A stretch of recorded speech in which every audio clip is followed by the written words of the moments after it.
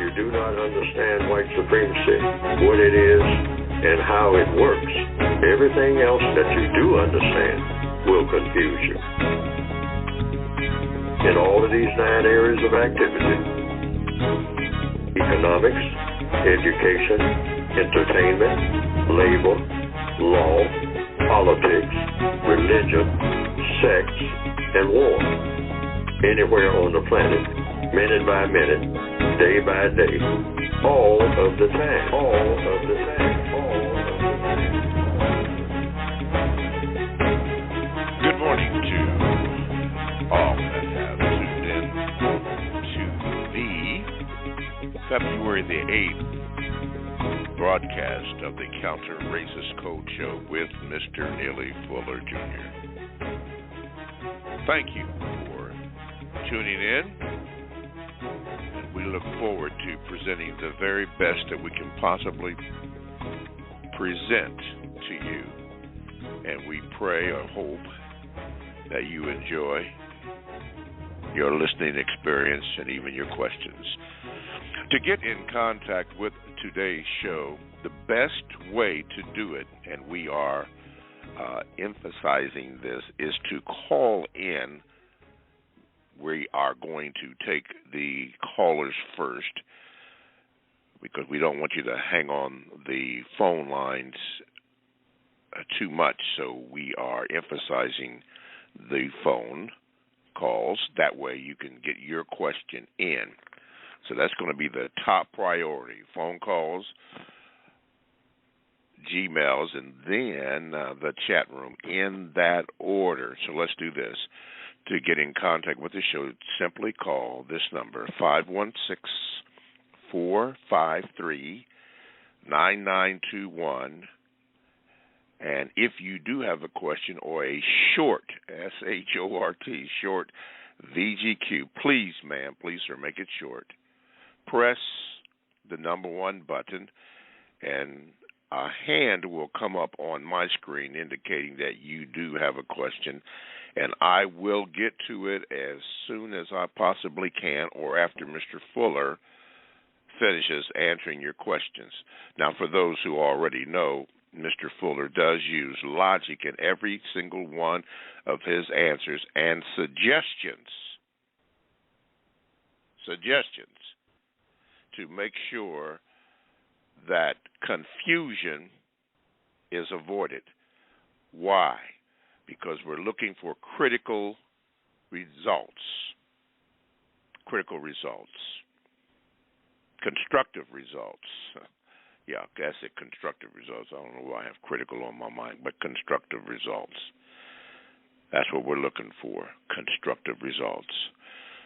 So please, ma'am, please, sir, be sure that you do that when asking that question or presenting a VGQ. You can also Gmail me at the numero 7, Mr. Bobby, BOBBY @gmail.com. Bear in mind that if time or when time permits, those VGQs or those Gmails will be addressed, and Mr. Fuller, again, will use the same procedure in addressing those Gmails. And you can also get into the chat room and enjoy the chat. Many people before the show get in that chat room, and all you do is you have to go to blogtalkradio.com, and then I think you enter in programs that you want to get the I'm going to say poetic justice. Isn't that it? Come on, Mr. Bobby. Produce Justice Show. Click on that icon, and then the chat room should be available for you to get into the chat room, and you can do your thing and get in the chats. And speaking about that, Constructive Actions Items does an excellent job in making you or informing you of last week's show. It's all up there. Whatever we discussed last week is all up there as a review, and you can see what's going on, and if you want to make comments, you can, and so forth. But I find it very good that someone has taken apart in helping to produce justice. These are very, very good. We have our usual people there. Good morning, Emery. Constructive Items. Good morning, Helen B69. Yes, Jacoby 2K. Good to see you. You're from the United Kingdom, I believe, aren't you? Anyway, yeah, let me know. But anyway, we are glad to do that. Okay, let's kick off today's show by I'm going to introduce to some and present to others Mr. Neely Fuller Jr. Mr. Fuller, good morning, and how are you? Good morning. I'm still learning. Good morning, and you are still learning. Okay. All righty. Let's kick it off. Let's go to today's first caller. It's going to be Helen B. from NYC. Okay, wait a minute, Helen. Let me see. Okay, Helen B. Got you in. Good morning. Greetings. Good morning. Greetings, Mr. Bobby. Greetings, Neely Fuller Jr. Was there ever a point in recorded history where taking immediate power was the best course of action for non-white people? That only applies to the person who did it. And so that's the only person that can make that judgment. But so far, no action that anybody has taken since the beginning of white supremacy has done the job of replacing the system of white supremacy with the system of justice. There's a cliche saying, eyes on the prize. Well, that is the prize. The whole system has to be replaced. It's not a patchwork thing. Patchwork hasn't worked. All of the efforts that people have made to come up with a better system have so far failed. So therefore, whatever method people have used have given some people a little breathing space, and a lot of people a lot of breathing space at different times, different places, different circumstances. But in the Northwestern Hemisphere, we'll even start talking about basic things like just being able to vote. Just very practical things, for sure, that everybody's familiar with. Having a roof over your head without always being on pins and needles about whether or not everything that you have worked for is going to be sitting on a curb in the city somewhere. And in countrysides, whether or not you're going to be going down the road with the little shack that you've been trying to patch together like forever, all boarded up, because now someone is going to build a dam or put in a new highway where you are. Always anxiety, never no rest, no let up. But there are some people who say, well, so far, that might be true, but it's the best system we have so far. Well, but this system has never been what it ought to be. Maybe we ought to try justice and stop giving lip service to it. No one has made the effort necessary to bring that about. And some people say, well, the way you describe it, that's not going to happen because it's impossible for it to happen. But we've seen signs of a lot of things that people said were impossible. Even a song saying the impossible dream. So the so-called American dream, African dream, Asian dream can be produced simply because everything starts with somebody thinking about it. And a lot of things have been achieved that way.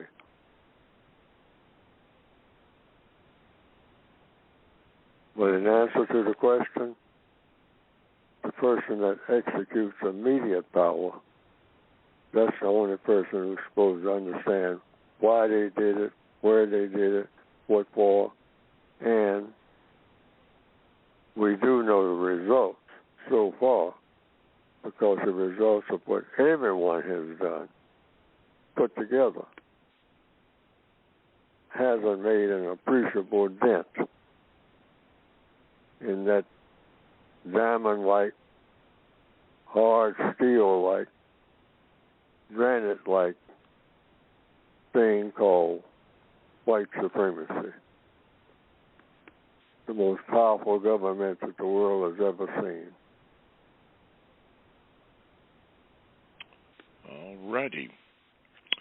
Okay. Helen B., did that, wait a minute, see if I can get you there. Okay. Did that answer your question, Helen B.? Okay. Maybe she's gone back into the chat. Yes, it did. Thank you. Oh, okay. Thank you. Okay. Yes, it did. Thank you, Helen B. All right. See you back in the chat. Okay. All right. Let's go to Minnesota. Oh, yeah. The Black Mermaid. Okay. I don't know why. I just like that town. It kind of reminds me of when Black Tony calls in. Black Mermaid, you're on the air with Mr. Fuller. Good morning. What is your question? Good morning. Good morning. Recently, actress and comedian Whoopi Goldberg was chastised by NBC News for saying that the Holocaust wasn't about race. It was about man's inhumanity to man. The Holocaust was white people killing other white people. A white-looking Jewish man by the name of Yaron Rosenberg responded to Whoopi by saying Whoopi was projecting American perceptions of race to European perceptions of race because the Jews weren't considered white to the Nazis.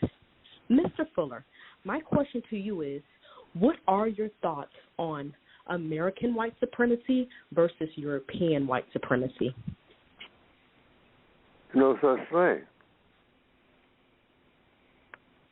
No such thing as American white supremacy or European white supremacy. You can't indict European people or American people. American people, first of all, don't exist. Not one. No such thing as an American. That's an idea. That's something to be achieved. When people talk about it, historians, geography teachers, political people, somewhere along their speeches, some of them, it's not emphasized enough, that's never been achieved. Because what is America? America is the same as the word justice, which means guaranteeing that no person is mistreated and guaranteeing that the person that needs help the most always gets it. It has the same definition as the word justice. America is synonymous with justice. European people can identify themselves, if they do, can tell you what that means. But it doesn't mean the same as racism. Racism stands alone. I want everybody in the world to understand that. You don't put that within a political context of any other ideology, except you can say this, you can include all ideologies that haven't worked or are working, but to the detriment of the people of the planet Earth. Because the only government on the planet is really, in capital letters, this is how you say it, the system of white supremacy. It's only one supreme on planet Earth, and that is white supremacy. They dictate in all areas of activity what the people on the planet will be doing. Those white people, I don't know the numbers, but they are the people that dictate. It's a dictatorship. What people will be doing, what people better not do, what people will do. All the things that people enjoy come under white supremacy. That's why it's so hard to uproot. because when people say that, well, what government is better? Well, there isn't any other government. That's the whole point. That's what white supremacy means. I mean, so that's the first part of the answer to that question.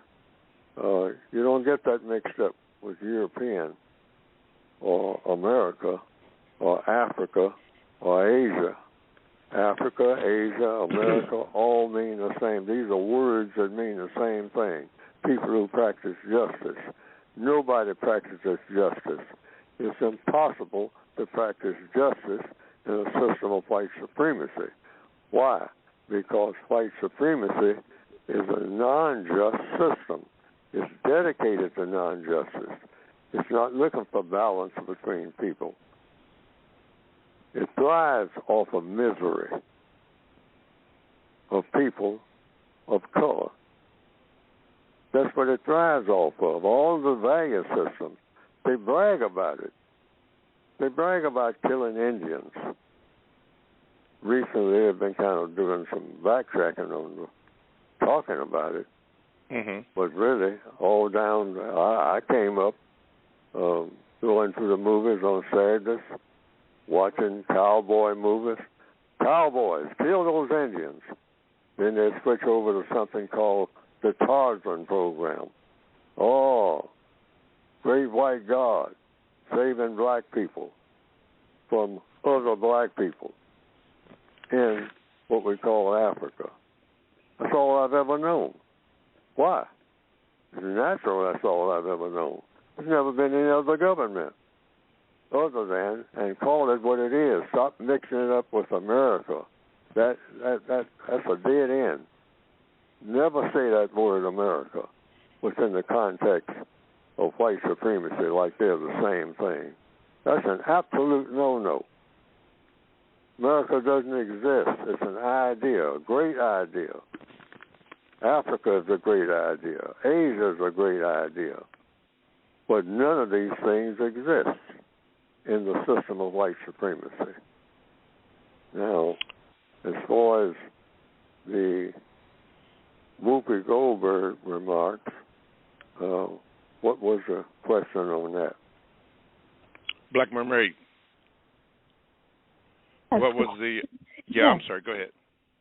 Yeah, no problem. The question is, she said that it was basically the Holocaust was white people killing the white people. And, in America, in the concept of America, we look at race as something you can see. So they do look white, but they weren't white. So how did the white supremacists determine what white people were actually not white? Well, they said that within the context of a religion. Is that correct? Yes. And what was the name of that religion?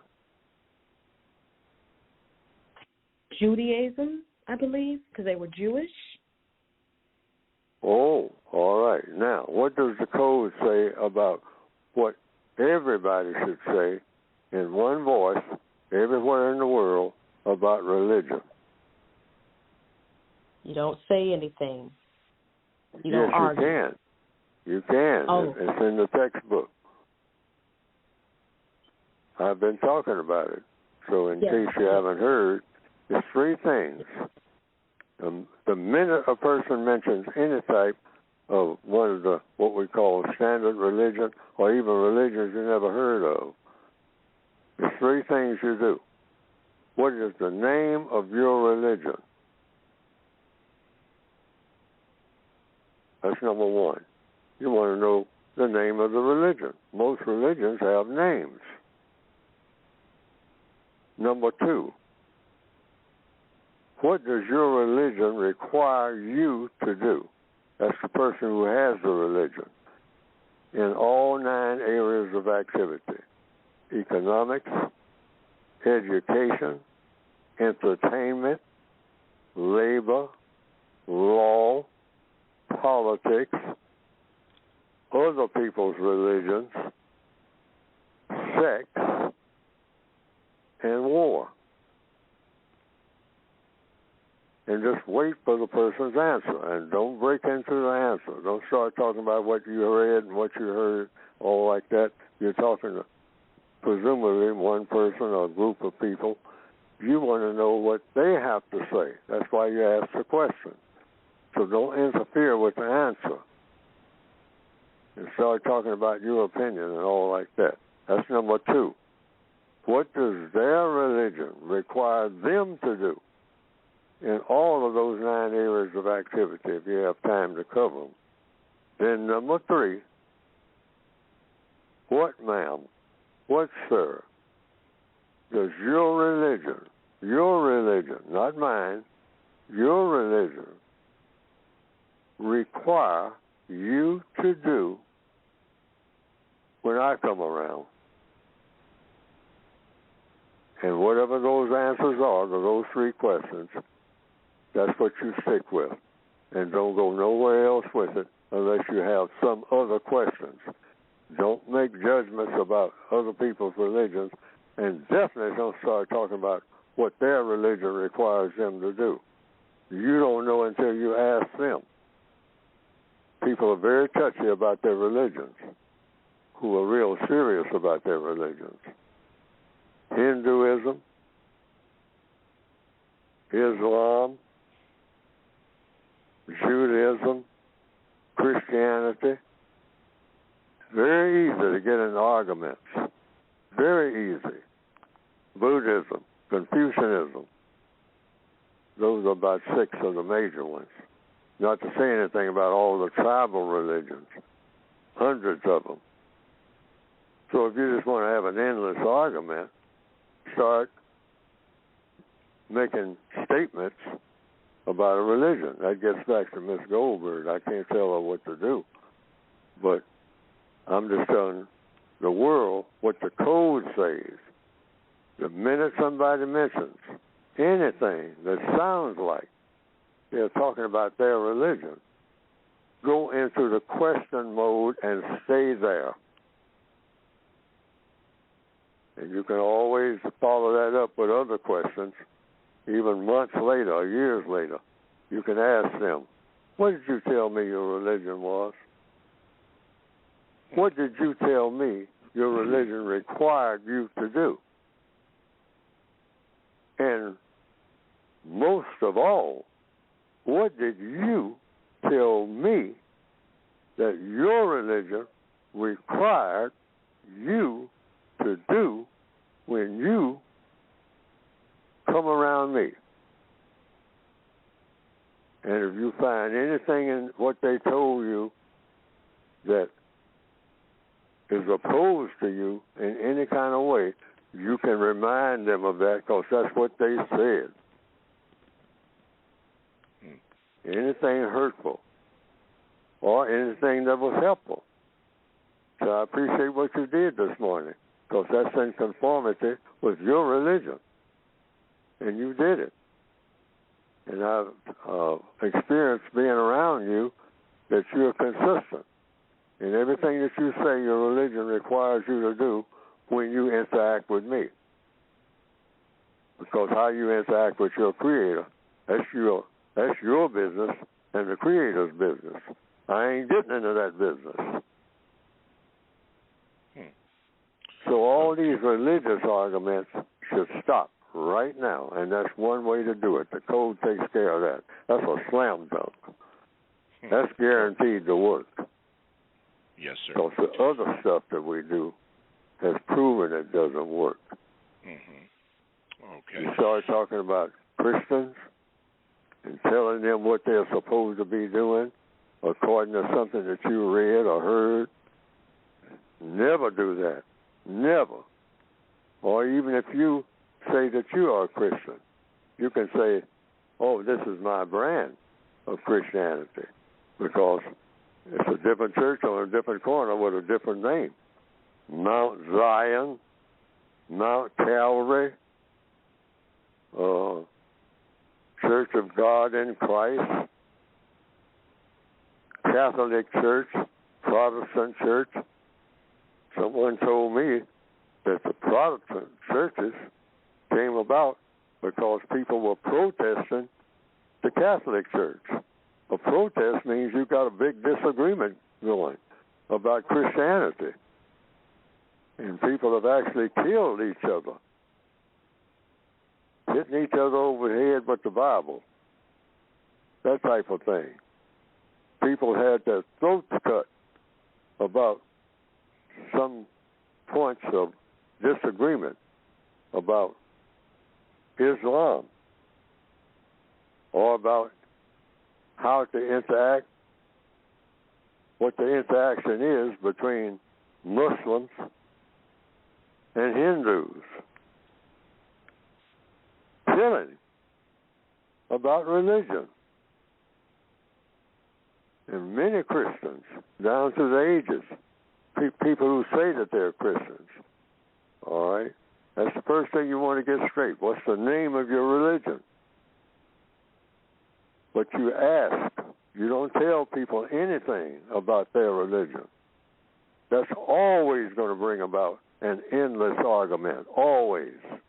It's a guarantee. Don't do it. Everybody within the sound of my voice, if you've been doing that during your life, beauty parlor, barbershop, don't get in arguments about other people's religions, even if they have the same name as yours. I mean, the same name of the religion. Do not do it. Stop doing it. Stop. All you're going to get is hostility, arguments. You ask. You can talk about religion, and you should, but always questions about the other person's religion. And then whatever they tell you, you just watch and see if they do what they say their religion, not yours, requires them to do. It always works. Codification is about what's doing what always works. Alrighty. Thank you, Black Mermaid. Thank you, and I don't have to tell you not to be a stranger because you call in, but thank you anyway. Let me take this break a little early. You're listening to the Counter Racist Code Show with Mr. Neely Fuller Jr., and I am your co-host, Mr. Bobby. Now, if you would like to participate in today's show, just simply dial 516-453-9921. And if you have a question, just press the number 1 button and you will get in line, and we will effort to make sure that you get online. That has been our emphasis. You can also Gmail me at the numero 7, Mr. Bobby, BOBBY, @gmail.com. That probably will not be read today. It will go into a rotation, and depending upon the time frame, it will be read at that time, and I will inform you of that. But you can also join the chat room. Simply go to blogtalkradio.com, and you want to go under programs and the Produce Justice show. And once you do that, hit that, and then the chat room becomes available for you to give your comments or suggestions or get a chat going in there. You can do that. And I'm pretty sure that you'll be glad that you did and offer up your suggestions.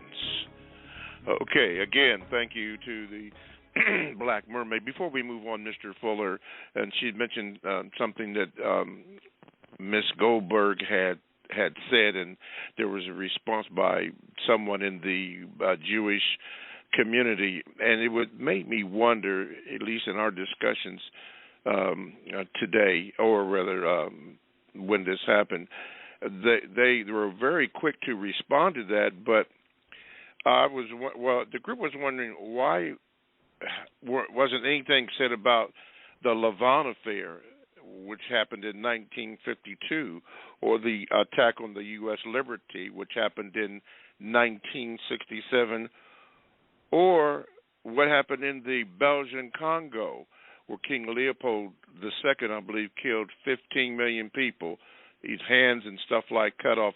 The group was saying it seemed like they bring up something that someone else has said, leaning toward that word.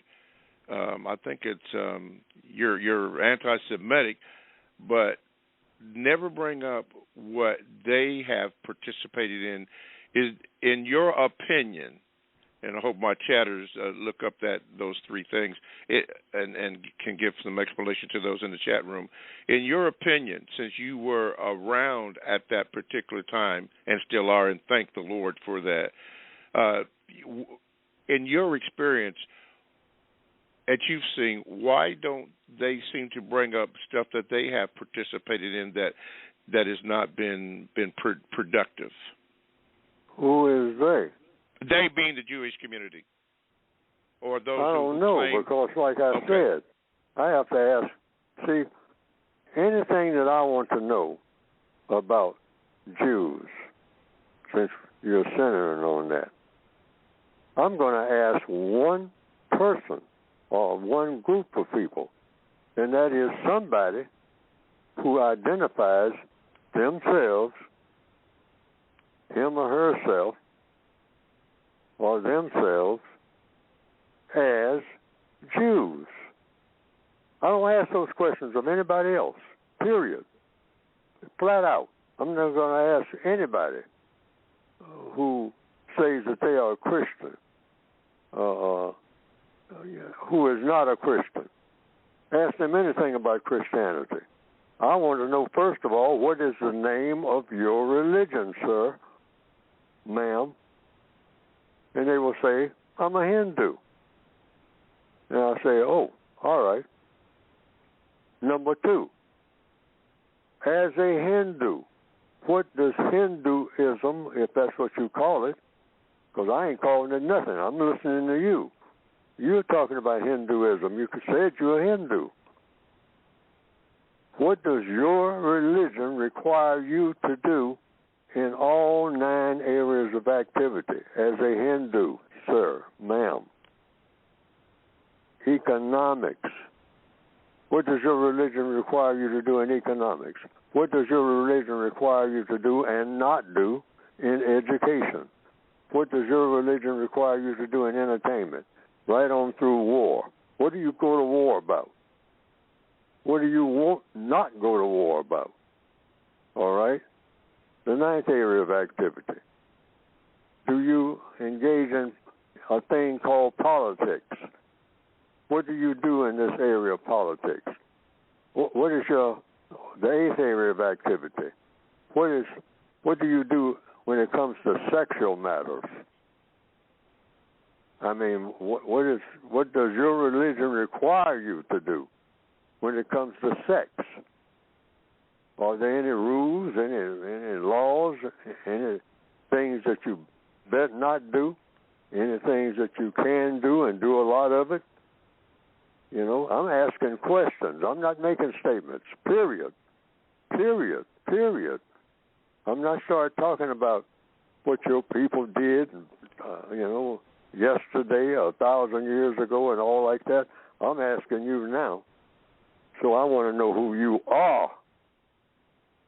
And then that third thing, what does your religion require you to do when you come around Neely Fuller? That's it. Don't move outside of that, people. Please, I'm telling you.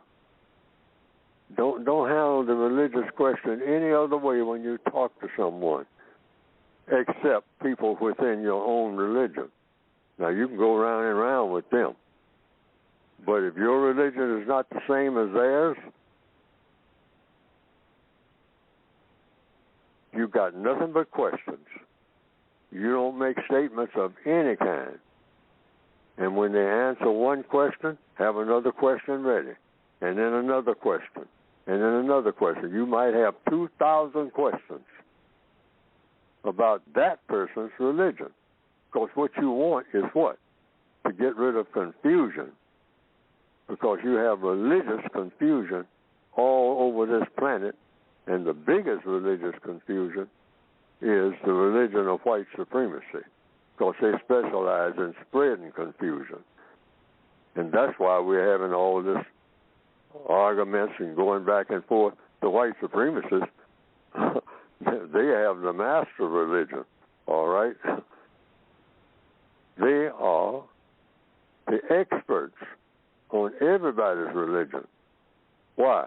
Because the white supremacists will call themselves by anybody's religion. So in order to do that, you have to study everybody's religion. And they know it. They know everybody's religion. So they know how to maneuver among all other people with every type of religion and wrap them around their finger. Why? Because white supremacy is the strongest religion ever produced in the minds of people, according to what? Neely Fuller? No, according to the evidence. Let's go to Stan in Pennsylvania. Stan, you're on with Mr. Fuller. What is your question? Yes, sir. Excuse me. Good morning, gentlemen. I hope you give me the time. I just want to say a few things because what's been talked about so far this morning is very interesting. And the young lady called from Minnesota was talking about Whoopi Goldberg. And, the whole thing about, Jewish people, and just like Mr. Fuller said, white supremacy it operates off of confusion. And the Jewish people have been confusing. But you can, in addition to asking questions to people, I think that museums are a great option as well. And I was at a museum in New Orleans, and it was called the Museum of the Southern Jewish Experience.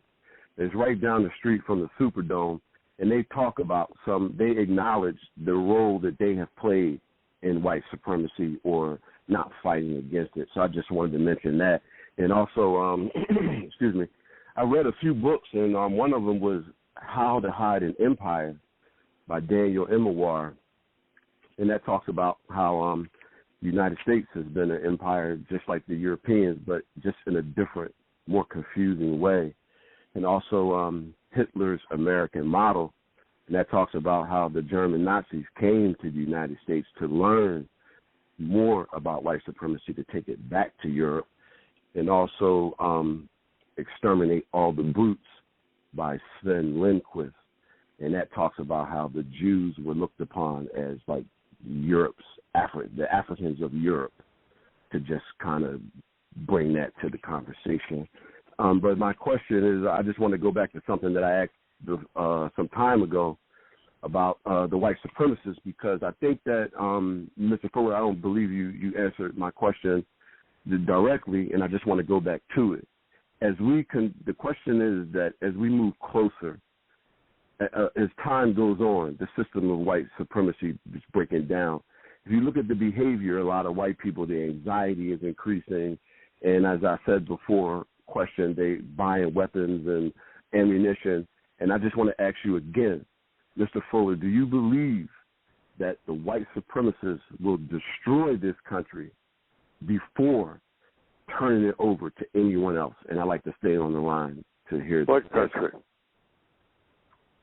I have to get your question straight first. What country? Okay, the United States, because I look at the United States as like the crown jewel in the system of white supremacy, because it's been so smooth. And as you know,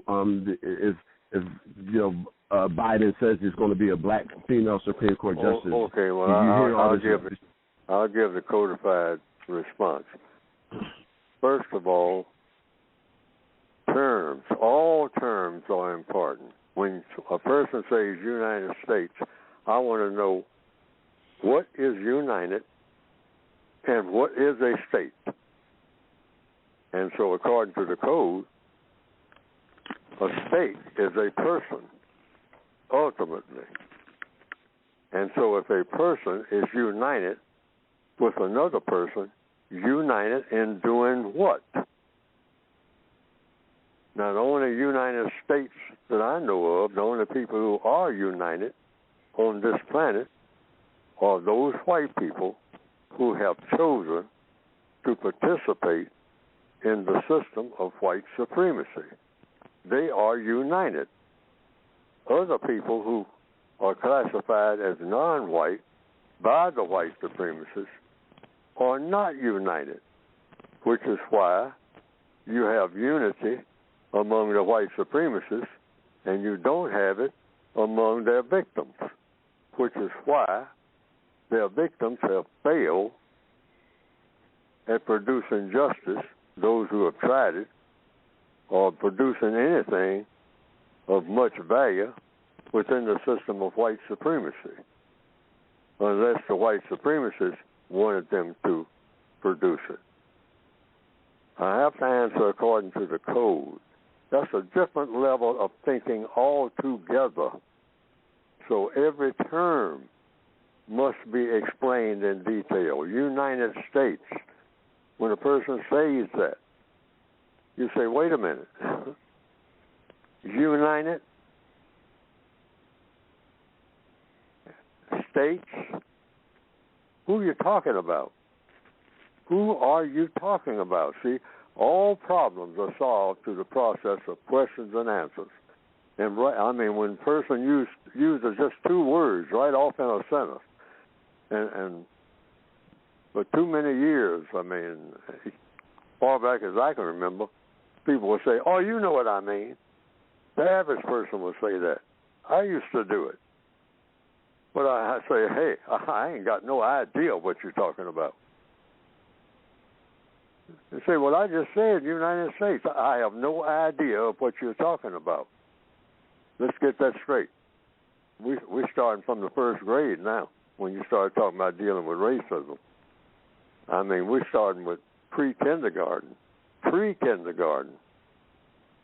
Because nobody seems to be able to wrap their minds around this awesome system called the white supremacists, and they've been laughing at the entire world ever since. Because they say they got no idea of what we're doing and how we do it. They just know that we do it. That we kick them from pillar to post, and they're crying and moaning, but they hang on to us for dear life because we're the only ones who know anything worth knowing. There's a reason for that. So we got to be real scientific. And the first science is get the word straight. Somebody mentioned, well, I'm talking about, those people. Wait a minute, hold it. What people? Those people? I don't know what you're talking about. Those people. Oh, you know what I mean. No, I don't know what you mean, sir. Be specific.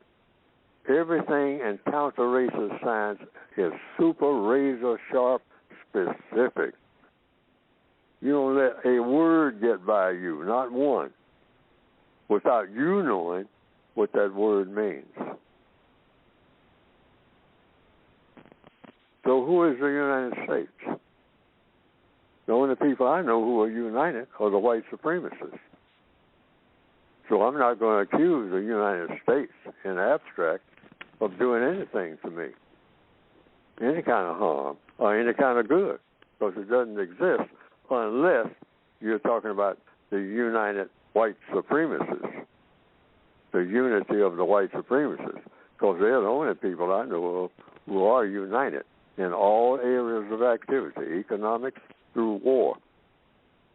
And they are excellent at all of those areas of activity in their unity.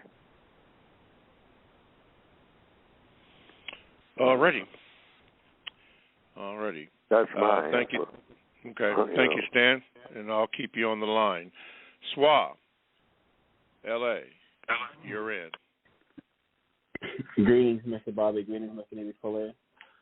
Neely Fuller Jr., in the word guide, you have a word concept, and I think this word concept is very significant, and I hear it almost every single day when I interact with fellow victims of racism.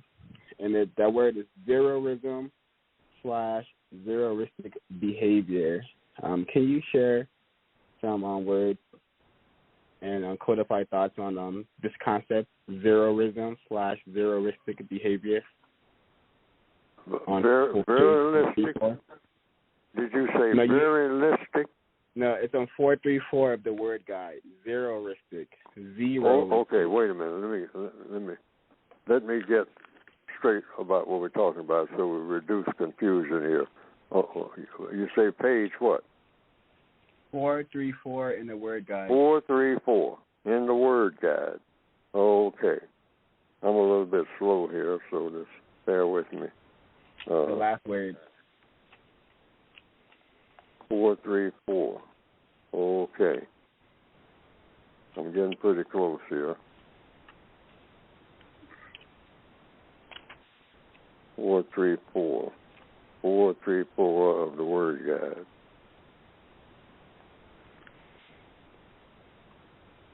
And it's about what?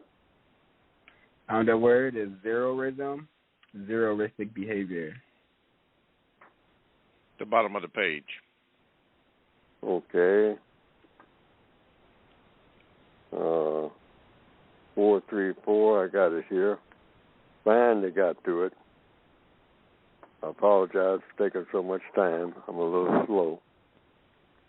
All right, it says, bottom of the page, zeroism, zeroistic behavior, racial. That's under, Z is the last word in the Word Guide. Okay? Yes. Use these terms to apply the things said or done or not said or done that directly or indirectly have the effect of not helping to promote the replacement of the system of white supremacy with the system of justice. And so your question was? What was your question? If you could share a little bit more on that concept. It means exactly what it says. Use these terms, zeroism or zeroistic behavior. Use these terms to apply to things said or done or not said or done that directly or indirectly have the effect of not helping to promote the replacement of the system of white supremacy with the system of justice. It means a zero. If you're familiar with the word zero in mathematics, zero means you start off and wind up right back where you started from. That's what makes a zero or an O, if you're talking about in the alphabet. It's round.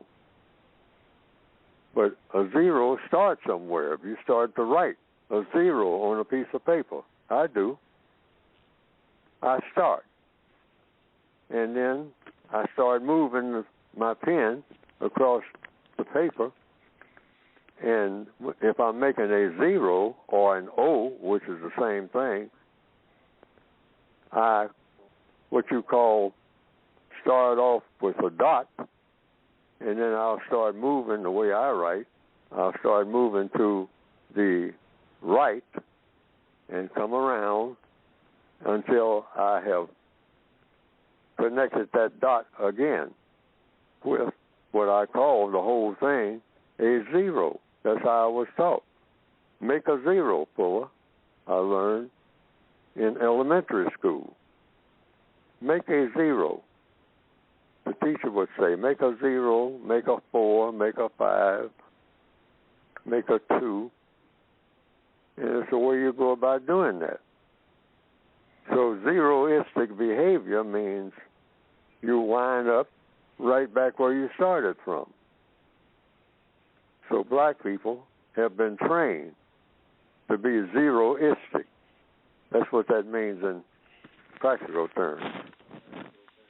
On the back of my original textbook, behind the name Neely Fuller Jr., I put 1/0 as a part of my identity. Why? I'm one person who keeps going around in a circle, winding up right back where I started from, because that's what the white supremacist system trains me to do.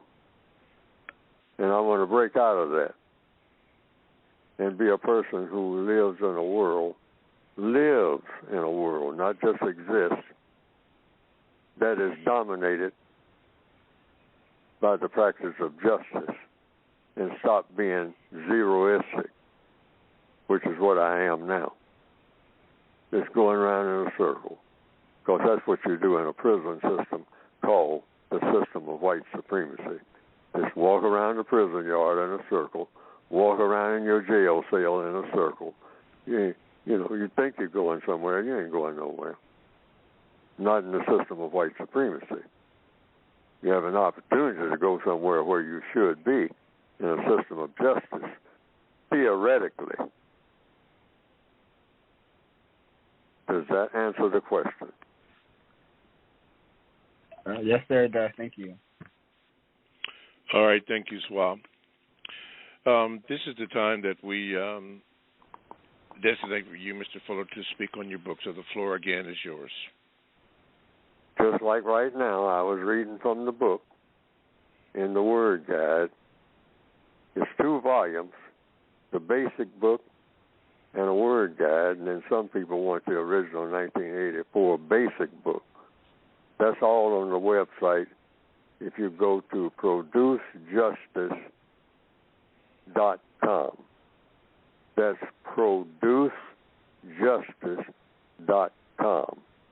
And I recommend that you get the updated version of the original version. The original version has a computer type design on the cover. But the that's 1984. The 2016 edition is the edition that I recommend, but some people want both books or they want just one. All right? Some people say they prefer the older book. I don't know why, but different people have their different reasons. And the counter-racist word guide, like we were using the word zeroism, zeroistic, within a racial context, just before I made this announcement about where to get the book. That's in the word guide. Also, how to use different types of words, what words to ask questions about, like the word America, which we are wedded to, so many of us, even on this program. I'm not scolding anything like that. I'm just saying what the code says, because I'm not qualified to tell anybody what to say or what not to say, except just to make suggestions. That's all that Neely Fuller can do, because I'm in the same shape that everybody else is in. I'm not talking down to anybody, even though I might sound like I am. How can I do that? I'm walking around in the same uniform as all the other prisoners, just wondering what the white supremacists are going to do to me next. That's all I can do. I'm an equal prisoner. I'm not the head of the prison, nowhere near. I have to be white to do that. So that cancels out anything about Neely Fuller telling people what to do.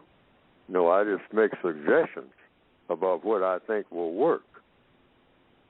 And so you can get the textbook about what I think will work and what I think won't.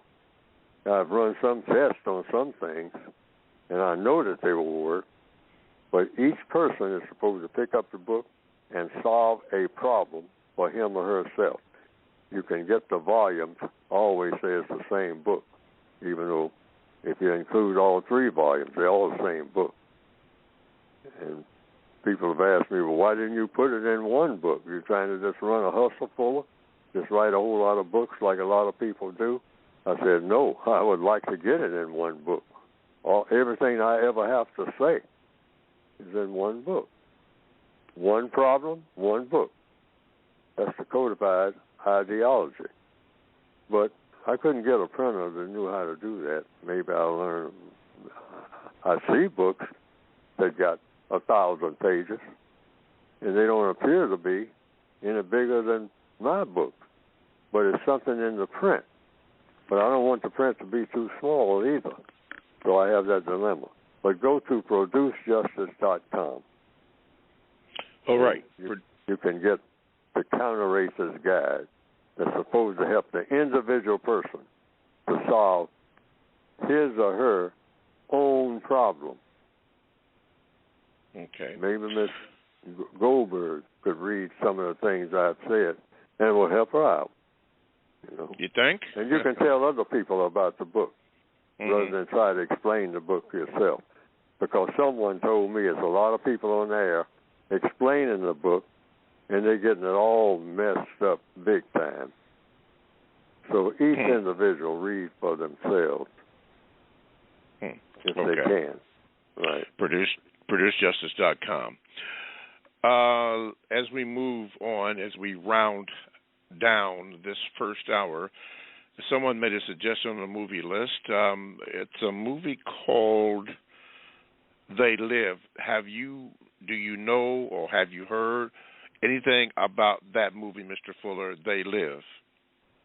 Never heard of it. Briefly, since it was mentioned in the chat, it's about a wondering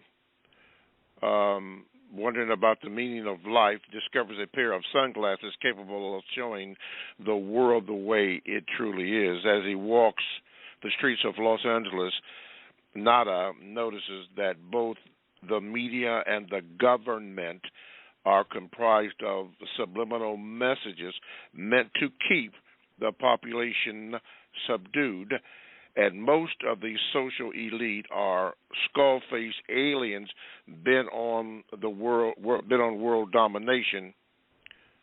With this shocking discovery, Nadia fights to free humanity from the mind-controlling aliens. I've never heard of the movie. I guess maybe it's an old movie, but it's called They Live.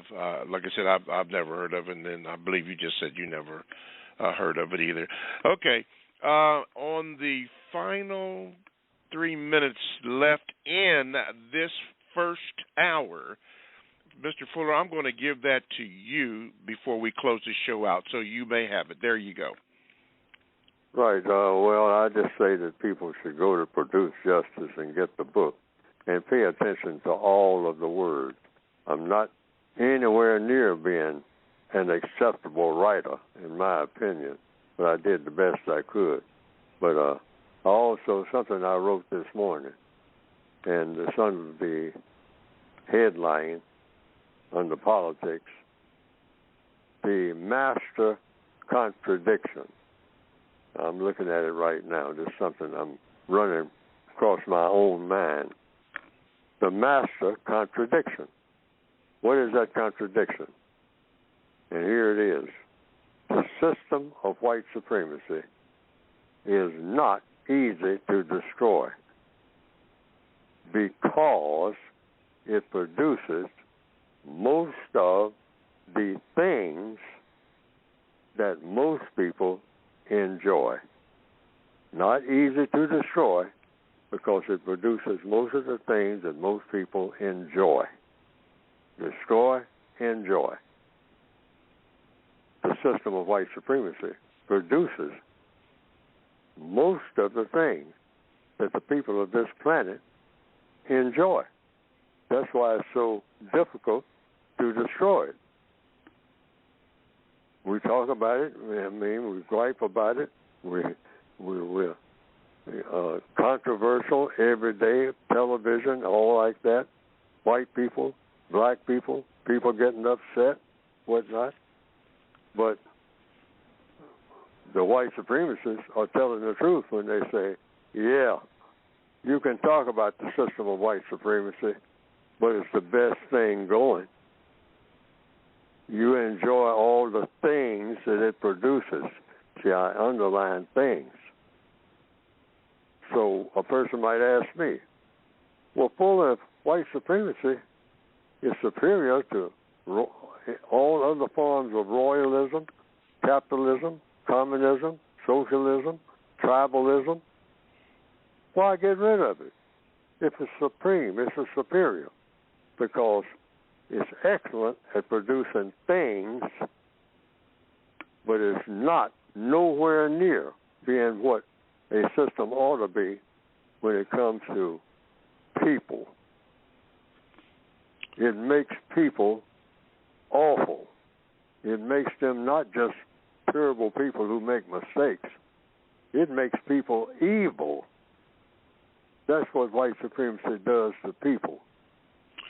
Okay. we have to leave it there because the first hour has come to an end. For those who have to go, thank you for listening. Stay tuned for the second hour of the Counter-Racist Code Show here on blogtalkradio.com.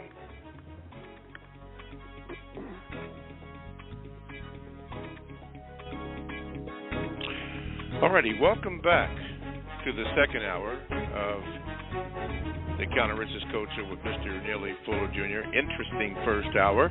If you missed it, it'll be up as soon as this show has concluded. They do a good job in putting it up. Very, very interesting discussions. If you'd like to join in on the discussions, you can do so as we have some that are holding. 516-453-9921. Let me repeat that again. 516-453-9921, and make sure that you press the number 1 button so that you will get in line. As Marcus is done, Dollar Bill is done, and Corey, they're all waiting to ask their questions. So we would ask that when you do, some have been long, but we are please asking you to please be brief. I know some people have a lot to say, but please be brief so that we can get as many callers in as we can, and that Mr. Fuller can answer the question, because we are looking for constructive results. So please, ma'am, please, sir, and I say this every week, but please just do that, okay?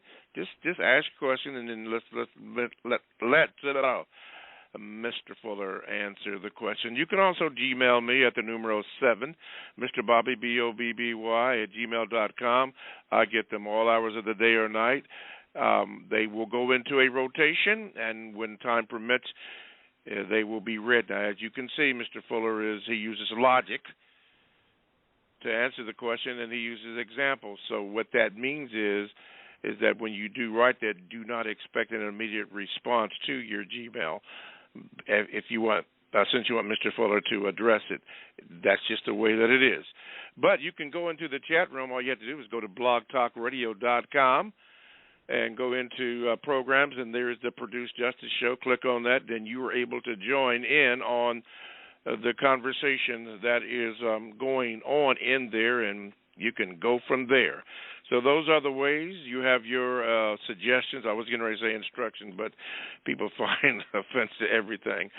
Okay, before we go to you, Marcus, let me ask this, Mr. Fuller. It was asked from Divitude. She said, my question is, why are so many black males turning into full-blown females starting at such young ages? I'm speaking about how they are turning their penises into vaginas. I read from many psychologists that most who go through this procedure only to later on regret it. So, Mr. Fuller, why is there such a push for black males to turn the penises into vaginas physically? The sexual interaction that involves the non-white people of this planet is in a very swift manner. The white supremacists are attempting to cause mass confusion. Doesn't make any difference how they do it. They want mass confusion in every area of activity. Number one, economics. Then in education, that's chaotic. But the white supremacists have gone to the drawing board and they say, in order to refine the system of white supremacy and try to cement it in place forever, we've got to keep these people who are non-white on this planet confused. And sex is extremely powerful. People walk around with their minds directly and indirectly connected with sexual activity all the time. People who own a job, some black person driving a truck right now is thinking about, hey, I've been working all these hours and whatnot, hauling all this stuff. I got to get back to Lucille, okay? Because I'm burning up for Lucille. I'm driving out here through all this snow, but my body, it's calling for Lucille, okay? That's happening right now. Somebody who is driving a truck is probably thinking about it and laughing. okay, because sex is something very strong, the sexual urge. We get it before we even understand what it is. I mean, the evidence shows, and it's wild. The sexual urge is a very strong urge, so it's got to go somewhere. And the white supremacists say when it comes to these dark-skinned people, we have to control which way that sexual urges go, and catch them early if you can, as early as you can. Try to get them under your cloak, literally, as early as you can, and then you got them. Because you can get them later, but it's going to take a little propaganda to do that. You got to jazz it up. You got to pay a whole bunch of black people a whole bunch of money to get out there and be the front people for it. Give them excellent jobs.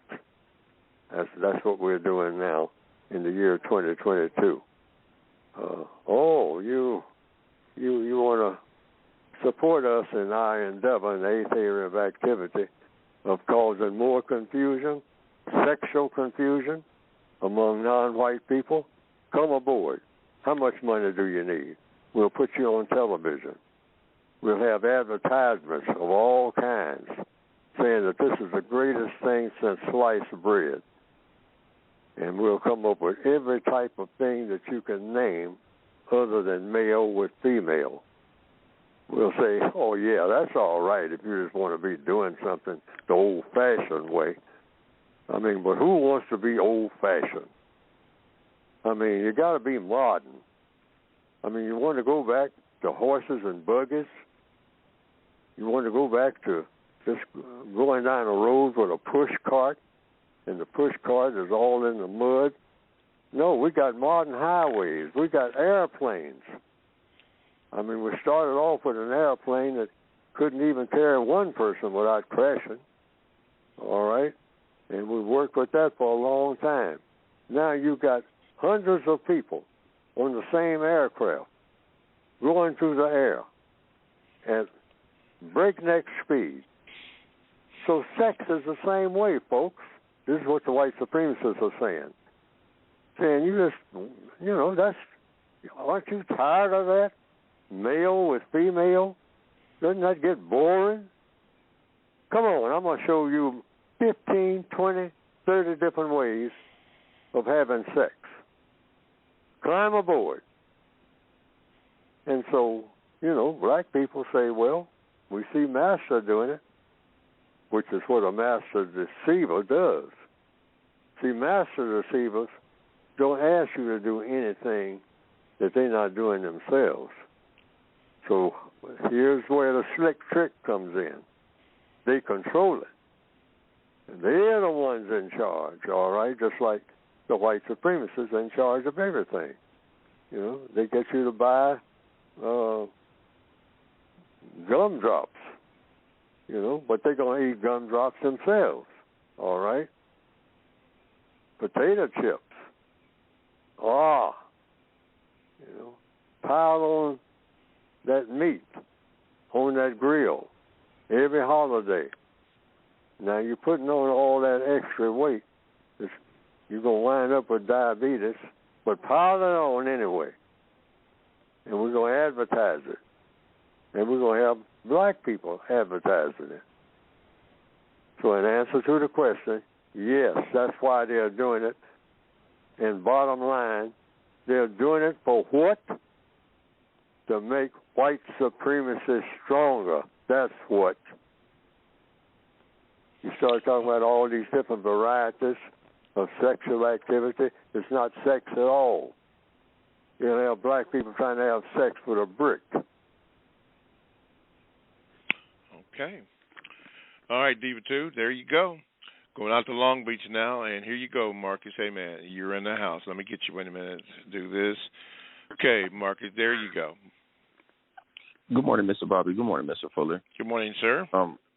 First, I was listening to the Carl Nelson show the last time you were on, Mr. Fuller, and then the first guest, Dr. Chandra Nair, was talking about the same things that you talk about. So I went and bought his book, and as I'm reading it, I'm finding a lot of the similarities that you're seeing in the Cole book, that what he's saying in his book as well, too. So I just found that to be interesting. Yours is just written to the, like you say, get straight to the point, slam dunk, and that's why I like it, and I think it's a little more effective opposed to the other one. But my question for this morning is, what do you think will be a good way to tailor conversation to get Black people to actively think about eroding the system of racism, white supremacy? Never talk about racism to someone who doesn't want to talk about it. But always talk to everybody about producing justice. And how do you go about doing that? By, first of all, asking a person about their personal problems, or if they want to talk. First of all, they have to volunteer to want to talk about a problem that they have on the job or something like that. Always talk about the things that the person wants to talk about, whether the person is white or non-white. Don't talk about racism to a white person. And definitely don't talk about racism to a Black person unless the person is willing to talk about it. That's number one. That's how you have a conversation without an argument, because the person wants to talk about it. Down through the years, people have told me, I try to talk to my family members about racism, and they don't want to hear none of it. They say I'm old-fashioned. They say this. They say, that's because you're not supposed to be doing that in the first place. You talk about what they want to talk about. And in a world that's dominated, here's the equation. Here's the logic. The world that is dominated by racism, if that's true, they will lead you to the conversation about racism, because there's no way to escape it. But you know that, but they don't. So you let them lead you into a conversation about racism. And how do you have a conversation and not an argument? By asking questions. You stay in the question lane about any problem that a person has. You don't start trying to give them a problem and tell them they ought to be solving it. Nobody wants that. Everybody say, hey, I got enough problem. I don't need you to give me no problem. Talking about no white man this and racism this. I'm tired of hearing that garbage. I got a money problem. So you say, first area of activity, economics. Money is involved in economics. The use of time and energy. That's what money is all about. Oh, okay. So what questions do you have? Or what statements do you have that you want my opinion on what's happening with you and your money problem? That's how you go about doing it. It's easy, but you've got to remember, stay in the question lane. What is it? The first question being, what do you want to talk about? Because people will talk to you about what they want to talk about. They'll do that in a minute. In fact, they'll insist on it. They will resist you talking to them about what you want to talk about. People are not too much interested in you talking about what you want to talk about. They're interested in talking about what they want to talk about. So that's the best way to have a conversation. And a conversation means questions and answers if you want it to go smoothly without an argument. You start making statements, you're going to get an argument. Just keep asking questions. And when they ask for suggestions, like we do on this program, I make suggestions based on what I have written. Mm-hmm. Everything will work better. According to what? Neely Fuller? No. Always, always, always according to logic. Logic. Which is what everybody should be led to use, logic. Logic means cause and effect. If you do this and do this and do this, this will happen.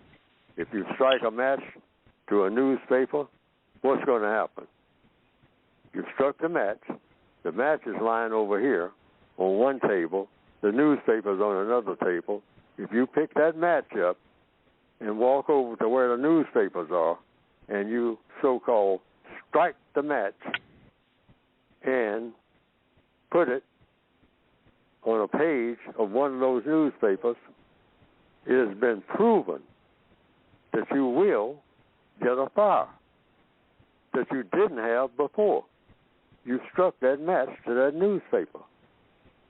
Everything in the universe is that way. So you don't follow people. You follow logic.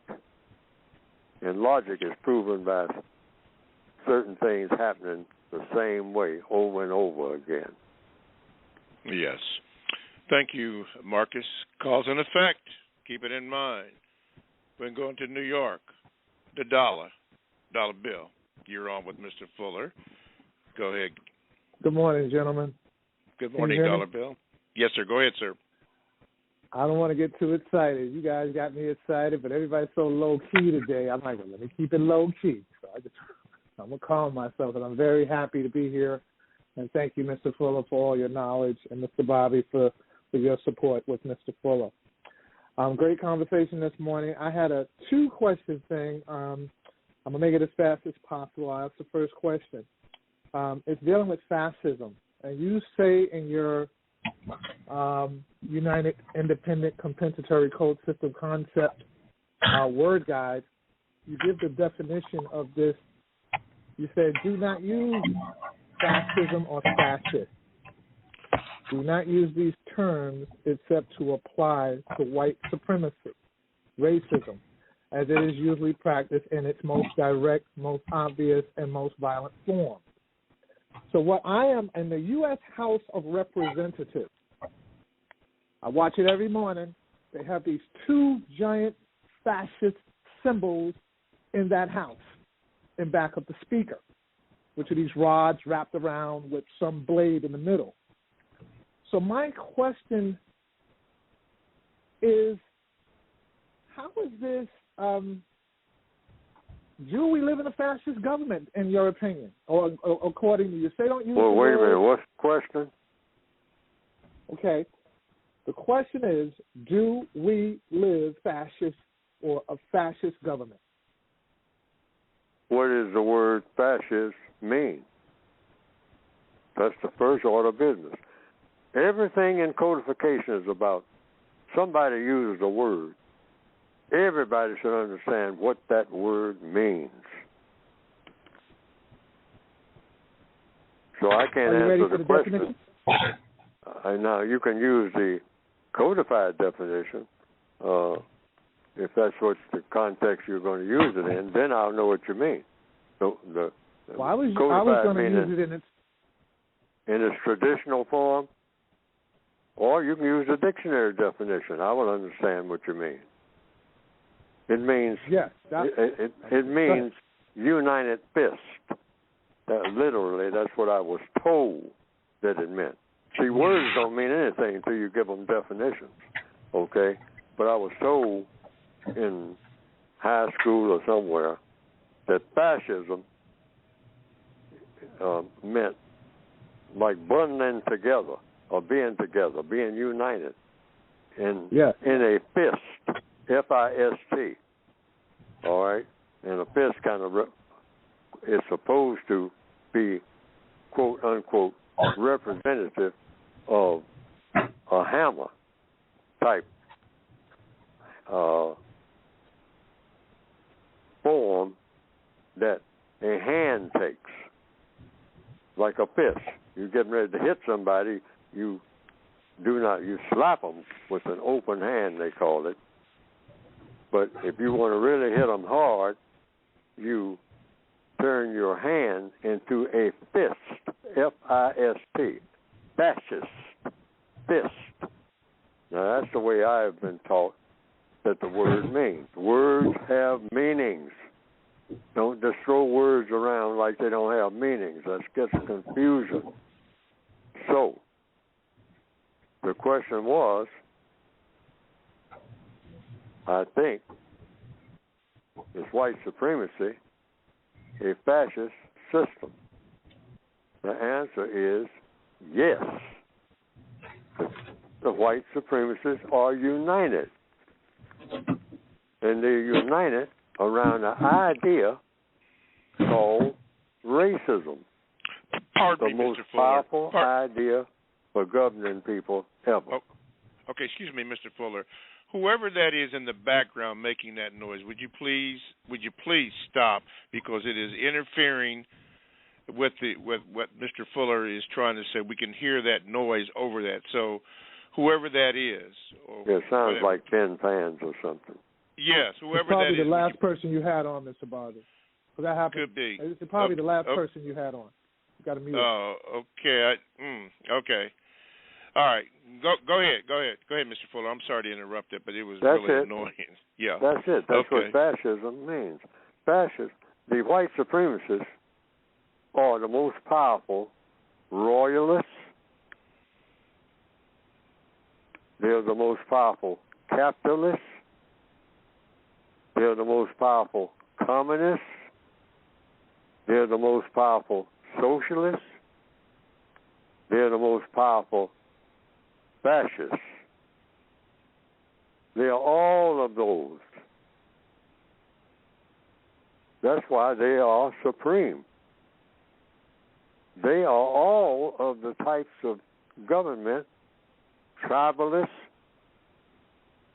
You should look at the white supremacists and you say, well, is that a tribe? Yes.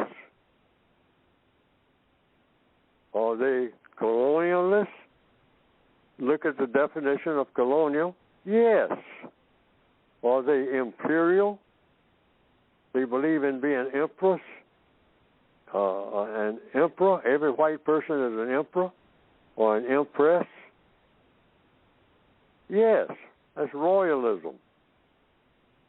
Do they capitalize on being white? Yes. Are they communists, meaning they have in common being white and believing in white supremacy? Yes. Are they social, meaning they socialize with each other in a way that's more powerful than all the other people who socialize with each other? Yes. So that's why I call it white supremacy. Most people run from that term, including black people, because they say, like some white people are saying about this CRT thing, they say it hurts my feelings. Well, like in the movie Saving Private Ryan, when this officer was told by one of his soldiers when they were getting ready to go into a very, very dangerous situation, he said, "Captain, this thing we're fixing to do, I don't feel good about it." And the captain looked at him and said, "When is the last time you felt good about anything?" Meaning you're a soldier on the battlefront. You came through the D-Day landing at Normandy, June the 6th, 1944. You went into another thing called Market something or another. He didn't say all this in the movie, but this was the basic scenario of the movie. Say, you have been through a lot, and you're going to have to go through a lot. You're going to have to go all the way to a country called maybe Holland or Belgium just to get to Germany, where the real fighting is going to really begin, even though you've managed to stay alive up to this very moment. And you might die this morning, because this place that we're fixing to attack, it looks kind of dangerous to me.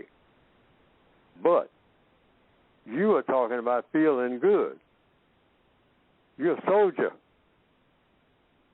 And this goes out to black people within the code. We're all supposed to be soldiers. So when is the last time we felt good about anything? So don't be scared about using the term white supremacy when that's the truth.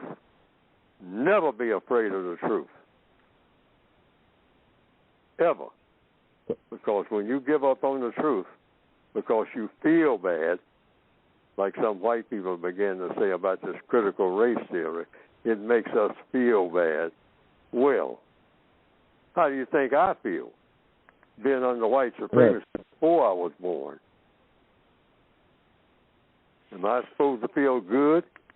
You don't feel good about a bad situation, ever. Black people tried. They tried with opium and all this other stuff. It doesn't work. Yes, sir. Yes, sir. Your second question, go ahead. I just want to mention that because those symbols are in the U.S. House of Representatives. Regarding, you can ask them why it's there. Why it's there. Remember, the codified procedure. If you see it, if I was sitting up there and I wanted to know why is that there, I would ask. I would walk up to the first white person because they know more than I do about most things. All right? They see to it through the school system that they know more than I do. So I walk up to them and ask, you see that on that wall over there, sir? Do you know what that is and how I'm supposed to react to it when I see it? I got two questions and answer the first question first. That's codified procedure. And the second question second. But answer that first question. What is it? And then how am I supposed to react to it when I see it? Those are my two number one questions. Two number one questions, you might say. And all other questions will be added to that until I get the answer. Now, you ask me, do I know? I don't know what that is. I'm not looking at it. And even if I was looking at it, I don't know what it is. I have to ask whoever put it up there. That would be my procedure. Okay. My second question, one thing, John Carpenter's They Live is a great movie. I would suggest anybody who hasn't seen it, it's one of his best. My next question was, you said that, I'm saying that America, when we use the word America, because I always get confused when you talk about this. And I feel that everybody knows that when you say America, you're talking about a place. If you say the United States of America, wait a you're minute, talking about a place. hold it. We're moving too fast. I want to get this now. That when you say America, everybody does what? Most people know that you're talking about the Western Hemisphere. Oh, okay. Wait a minute. Let's get this down. America is the Western Hemisphere. Well, it's in the Western Hemisphere. See, words are very important now. Every word. You know, see, codification is about being real strict about words, because words is the glue that holds the system of white supremacy together.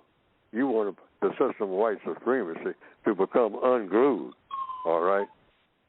So we go from America to Western Hemisphere. All right. Now let's move on. You listening? What is that? So I'm saying since someone named it a place, is there... Okay, wait a minute. Hold it. Someone, whomever that is, named America as a place. What kind of place? Doesn't matter. They named it a place. It's a pot. Wait a minute, wait a minute, hold it. I'm trying to follow you now. It's the same way I'd follow anybody. See, because you're going to be talking to white people about this thing, and you don't want to be confused. All right? You might be talking to a white person. You know, if I confuse you, it don't matter, because after all, I'm a fellow prisoner. But see, when you talk to white people, you better get all your ducks in a row. If that white person is a racist, they'll tie you in knots in 2 minutes. You won't know how you got there, all right? Or less, because they are the masters of language, okay? Nobody beats them at talking. They talk anybody into anything and out of anything, and we've had experience with that. Okay, now, we've gone from America to America is synonymous, meaning the same thing, with Western Hemisphere. Now, it's in the Western Hemisphere. Yeah, go ahead. In the Western, the Western Hemisphere, the best of my knowledge, is a direction. Western. Well, it could be also a West place, is direction. an area. Okay. Oh, it could be. Okay, I got to follow you now. An area of what? An area, a location. A location. All right. We're right back where we started from. We did a zero on that one. Okay. So, so does it have anything? I'll ask a question, because all problems are solved through questions and answers. So even though you're asking me a question, I have to ask a question about your question. Does America have anything to do with people? Yes or no? Yes. Yes. Now we're getting somewhere. See, this is how it's done. Codified way. I hope. Sometimes I'm not logical. All right. Now, what's your next statement? America has something to do with people, and you said yes. All right. Now we're getting somewhere. Now let's take the next step. America has something to do with people. So, what people? According to the powers that be, it would be the people who Well, have wait a been minute. born in Hold America. it. Hold it.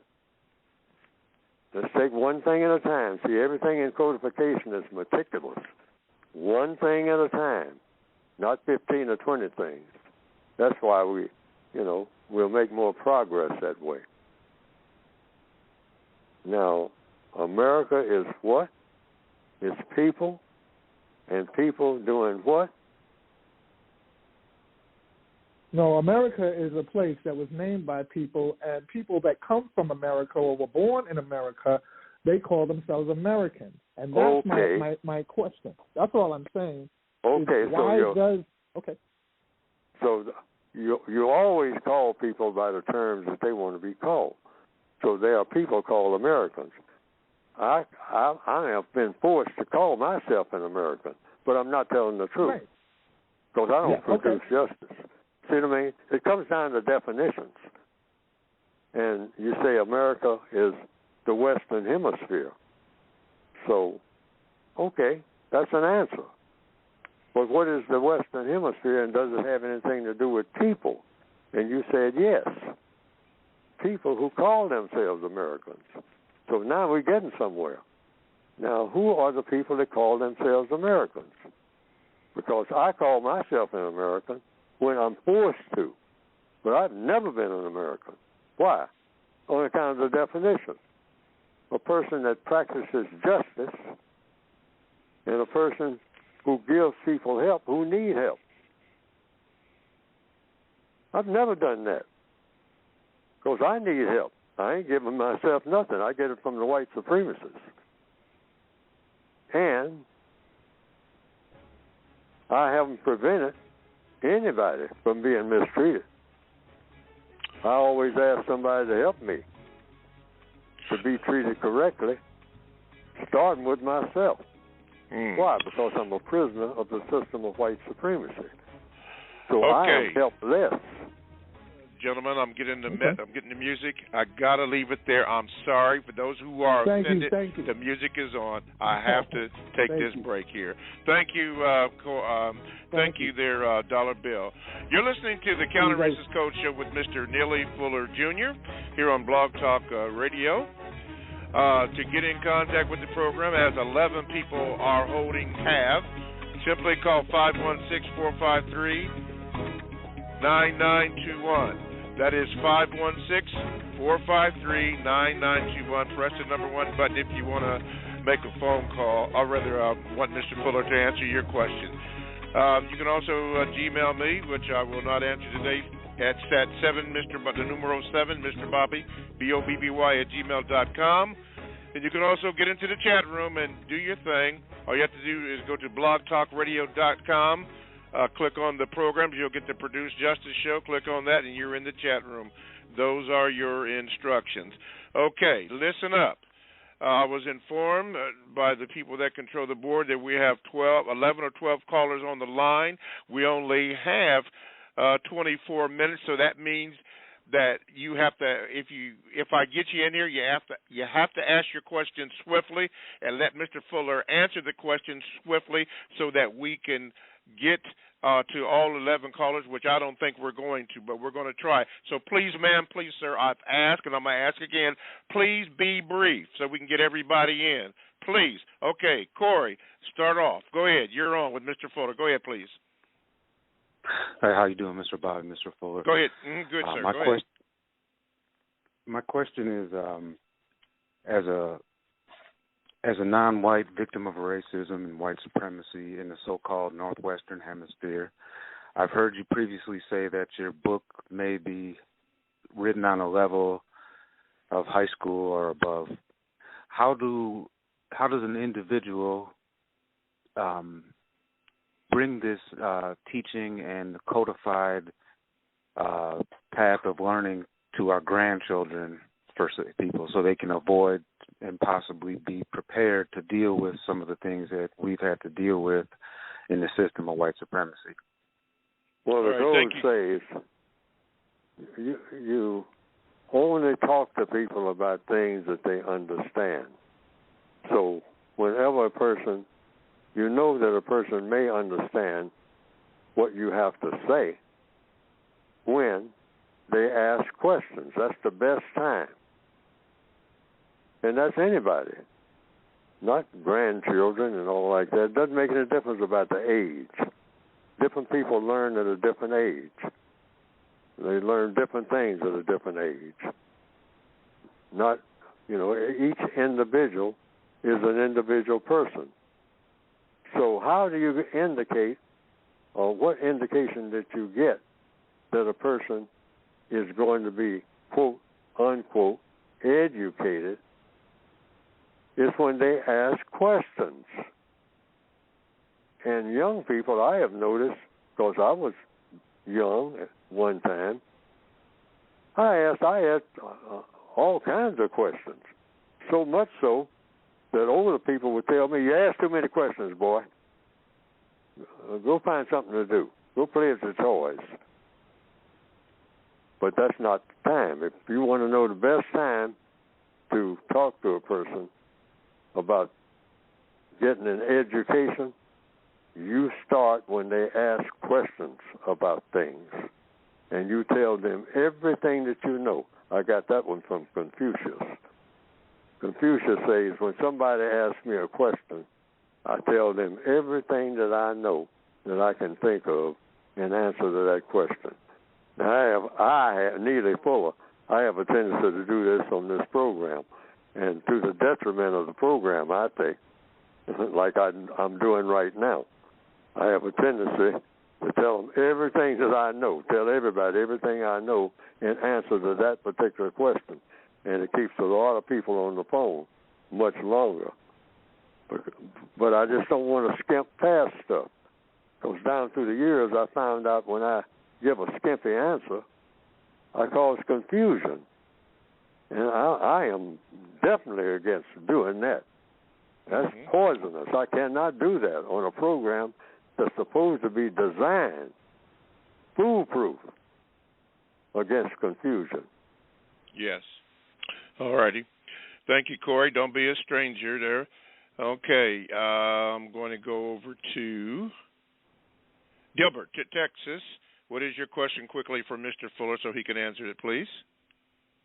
Mr. Fuller, if your book was made available to the public for free, would it make a difference for the victims of white supremacy? I don't know. But I know that I tried to give my book away back when I first started thinking about putting it in print. But then I had to have a way of having income too. And I saw that other people were printing books and whatnot, but they wanted compensation. Well, my compensation would be that people had my book. But I had to have some type of income. But I'd like for my book to be everywhere. I'd like for it to be in hotel rooms like they keep the Bible. I mean, not equating my book with the Bible. A lot of people say the Bible is the only book you need. The people who say that, I take them to be telling the truth. And if that's the only book that you need, that's the only book that you need. The code requires me to give a great regard for that. Other people say, well, I don't need but one book, and that's the Quran. And other people will say, well, I got 5 books on Hinduism, and these 5 books is all that I need. Because I don't know how many books are associated with Hinduism. And then there are books of Judaism. I understand something called the Torah, something called the Talmud, if I'm pronouncing it correctly. So how many books? Thousands of books, as the Bible says. People, of the printing of books or something like that, there is no end. So, in answer to the question, I would like for my book to be everywhere, but I have to have some type of income, so that hinders me. Otherwise, I would, if I had the type of money that I could print my book and still have a roof over my head and help pay a few bills, I don't depend entirely on the book, because I can't. I don't sell that many books, nowhere near. But I'd like for the book, in answer to the question, to be everywhere. Like all authors, I guess, would want their work to be everywhere. All righty. Thank you, Delbert. Thank you for being good. We're going to go down to Atlanta, and I'm going to mess your name up and correct me. It looks like it might be Leisha or Elisha. I'm sorry I messed it up. But anyway, correct me and then ask your question. Go ahead. Hello, it's Aisha. Aisha, okay. Hello, Mr. Bobby and Mr. Fuller. Okay, Good my morning. quick question is, Mr. Fuller, you said there's 3 types of people: non-white, white, and white supremacists. Which type of people are those that call themselves Jews, would you say? And please let me stay on the line, sir. Right, okay, I'll let you stay on. Okay. Oh, you have another? No, yeah. Okay, in answer to that question, I don't know, but I'll say what I said in the first part of this program. As far as I know, as far as I've been told, as far as I understand, the movies I've looked at and when I've looked at TV programs and whatnot, there is a religion, and I'm looking at a card right now that somebody sent me, and it's a Christmas card years ago. And it has down, I'm looking at it right now, Christianity, Judaism, Hinduism, Islam, Confucianism, and Buddhism. The 6 of the major types of religion. And Judaism is one of them. So here's what the code says. Unless you are a Jew, you don't make statements about Jews, period, ever. I don't care what you read or what you heard, anything like that. Don't make statements, except to say that you tell the truth. You have heard that Judaism is a religion. Now, if you're going to find out anything about Judaism or about people who call themselves Jews, and you are not a Jew, if you've made up your mind or somebody's told you that that's what you're not, then you stay in the question lane, and who do you ask the questions of? Just like you asked me a question. Well, see, I don't even know what a Jew is. Like I don't even know what a Christian is, and I was so-called raised in the Christian church. And after all these years, I don't know what a Christian is. So I definitely ain't going to dip into that thing about what a Jew is or what a Hindu is. or what a Muslim is, or any other type of tribal religion for that matter. So, according to the code, I'm going to say it again, like I said in the first part of this program, and I want this to go out to the whole world so it won't be what? Confusion. Anything, if you are not a Jew, that you have to ask or want to know about Jews, ask a person who says that he or she is a Jew that question, and don't ask anybody else ever. Okay. Okay, Mr. Fuller, one more thing. If you don't know that this person practices Judaism and you see them walking towards you on the street, what would you consider or think which group they would fall into? Non-white, white, or white supremacists? If I see what walking down the street, or who walking down the street? If I see who walking down the street? Just a person that's walking down the street that looks like a white person, that they would categorize as a white person under this system, and you didn't know that they practice or their religion was Judaism. Which group do you think they would fall into without knowing their religion? I don't know. No more than I'm walking down the street and I would know someone of a tribal religion, and there are thousands of tribes. I wouldn't know what their religion is by looking at them. I have no way of knowing. I'd have to ask, and I'm not going to ask anybody. I'm not going to ask the person standing next to them. I'm going to ask the person. I don't want that person next to me to misguide me and cause confusion, and I wind up explaining myself and all this old kind of stuff and try to dig myself out of a hole. No. Codification is about being specific. Got it. Codification is about being educated, not indoctrinated. And so I would ask the person, sir, ma'am, what is the name of your religion? What does your religion require you to do if they have time to talk? And what does your religion require you to do when you interact with me? And I don't need to know anything else about you and your religion. Okay, very, very good. I'm getting ready to come to you, Terrence, but before I come to you, Terrence, Mr. Fuller, because there are so many calls that are on the line, and I was just told that it is an unusual show, I'm going to ask you, as was asked of me, would you mind extending the show 10 more minutes? Would that be okay with you? That's okay with me. Okay, all righty, very good. All right, Terrence, quickly for Mr. Fuller, you're on. Go ahead, sir. All right, thank you, Mr. Bobby. Thank you, Mr. Fuller. Okay, so to become universal man and woman is our aspiration, and what's blocking us is the system of white supremacy. So, and it's been told to us and taught to us that if we possibly could get a code and follow a code, we could dismantle it. So my question to you, Mr. Fuller, is we never seem to adopt this code. Do you think the evidence shows that we really don't want to be universal man and woman? What we really want is to be granted the privileges that white supremacists grant to white people, be equal with them. Yeah, we're raised in the system of white supremacy, if I'm understanding the question correctly.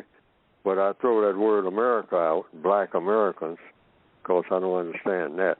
I understand what it means to be black. I don't understand nothing about black Americans or white Americans or anybody who is an American.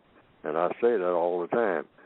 When we're talking about race, that word America is not supposed to appear nowhere in the same context. There's no such thing as that.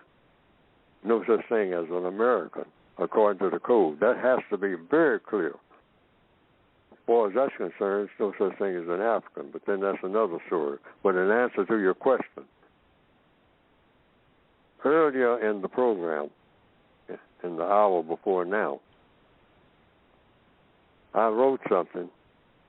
I said that I wrote something, which I did last night, called The Master Contradiction. I put it under that headline in the area of politics, people relations. And here it is, in answer to the question, I hope.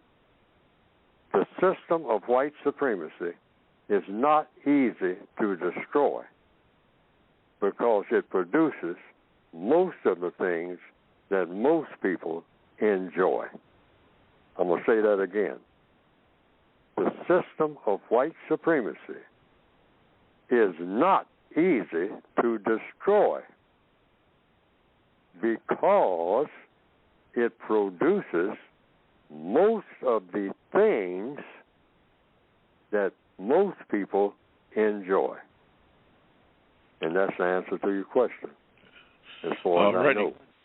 You know, all the things that black people brag about, they'll want to do. Well, man, I'm going here and I'm going there, and next year I'm going to travel to this place and that place. I mean, we're going to have a barbecue. Or Christmas time is coming. I mean, let's get out the jingle bells and all. Hey, most of the things that black people enjoy are produced by the white supremacists. We've never known anything else. Okay. All right. Thank you.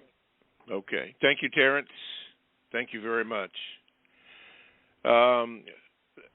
Just for those who are on the line, we've been granted a special 10 more minutes of the show. Usually we just have a 2-hour window, but we've been granted, with the permission of Mr. Fuller and myself, 10 more minutes. I'm just going to ask you to ask your question very quickly, ma'am, please, sir. Please don't take advantage of it, as some people have.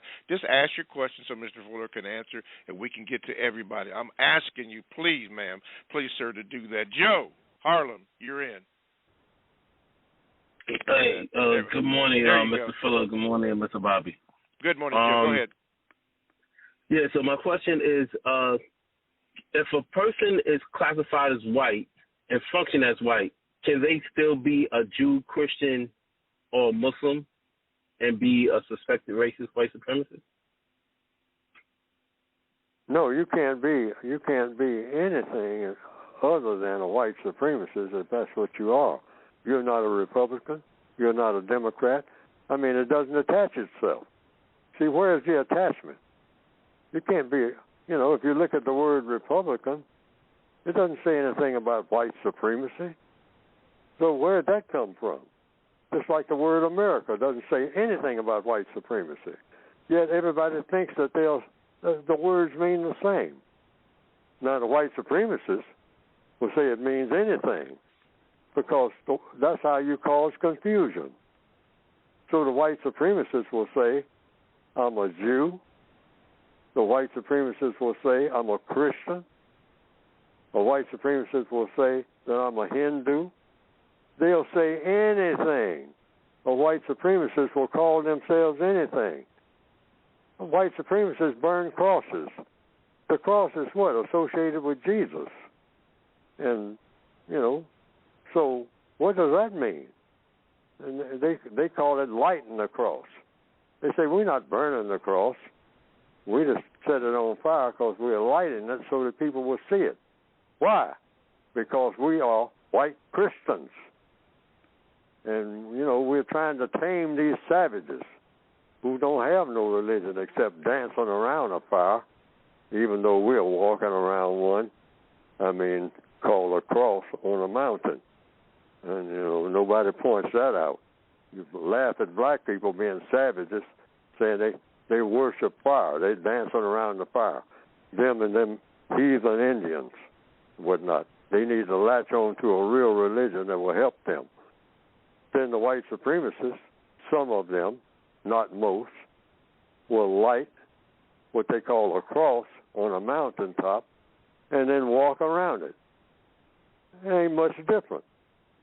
You got a fire and it's burning, and you're walking around it. And you're acting like you're worshiping it. They say we worship the cross. And so you got what? confusion. So you just keep asking questions of the people who say that they are whatever they are, and have them explain it. So you have 1,000 questions about just who a person is.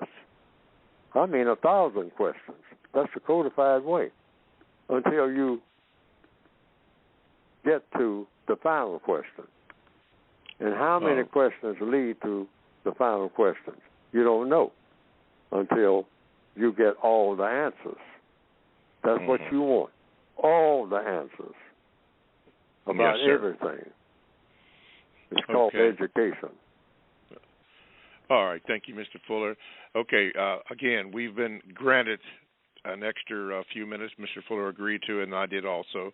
The powers that be have extended the show, so please do not take advantage of it in the wrong way. I have to keep mentioning that because some people will go on and on and on. We can't do that right now, so remember that. By the way, ProduceJustice.com for all the books and information that Mr. Fuller said. He gets some of his income from the sale of the books, so keep that in mind. John Houston, you're on. Go ahead, please, sir. Grand Rising, gentlemen, and this is allegedly referred to as the 8th day of so-called Black History Month. As Mr. Fuller Jr. has already said, white supremacy is greatest because of the things that it has created that, quote-unquote, most people enjoy. The first thing created in the Western Hemisphere was a nigger. Turned the inhabitants of this land, called Negro, into an object of property. That thing created at least 300 years of quote-unquote black labor from 1492 to 1792 without compensation. So in that context, sir, all the things that have been created since from that black labor is the source of the so-called greatest system that you've described on the face of this earth. So then how, whether you call it reparations, restitution, or whatever, how do you suggest that that labor that created those things either produce justice or produce freedom and liberty for the descendants of those N-words? And thank you, Mr. Bobby. I need to listen on the line. All righty, you're on. Okay, Mr. Fuller? If I understand the question, to the best of my understanding, that's what white supremacy means, without going into all the details. It's just a system of dominating and mistreating people in order to produce a product. And what is that product? That product is what everybody wants.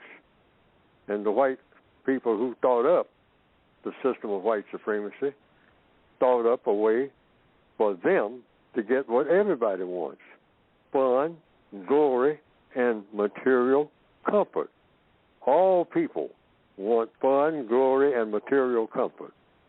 All squirrels, alligators, birds, bees, lice want fun.